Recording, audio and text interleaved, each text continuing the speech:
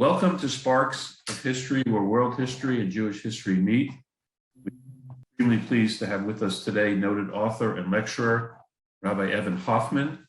Rabbi Hoffman serves as the rabbi of Congregation Anshe Shalom in New Rochelle, New York. In addition to receiving ordination from Rabbi Isaac Elchanan Theological Seminary of Yeshiva University, Rabbi Hoffman had also earned a master's degree in Jewish history from the Bernard Revel Graduate School. Rabbi Hoffman has authored a fascinating 2-volume work on the Torah titled Parsha Themes in Historical Perspective. It is a fascinating look at all different historical perspectives with a commentary on the Torah. I urge all our listeners and viewers, as I did, simply go on to Amazon, click a button, comes right to your house, no matter where you live, even in Israel. And today we will be looking at an important aspect of American Jewish history, the origins and developments of major American Jewish institutions of higher education. So just to get started, Rabbi Hoffman, thank you again for joining us today. We really appreciate it. Thank you for having me.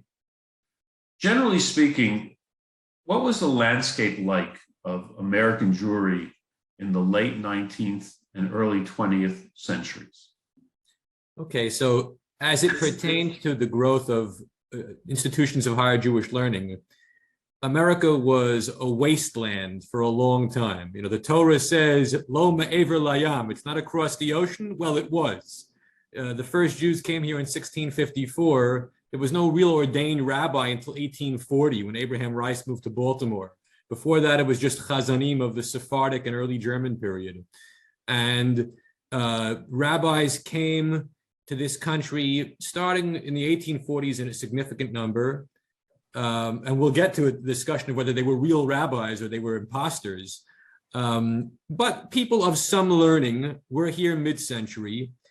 And then by the 1880s, we begin to have the arrival in large numbers of the Eastern European immigration. So after the assassination of Alexander II, that's when in 1881, the Great Wave begins, and it lasts until World War I in 1914. So the German wave of 1820 to 1840 brought about 250,000 Jews to this country, and then 3 million Jews show up in the Great Wave. So in 1880, which is, let's say, a turning point, an inflection point, the community is mostly German Jewish or Central European Jewish, with a sprinkling of the old Sephardic aristocracy that never fully went away, and a little bit of a nascent Russian Jewish community that will then expand and become the dominant force in the decades to follow.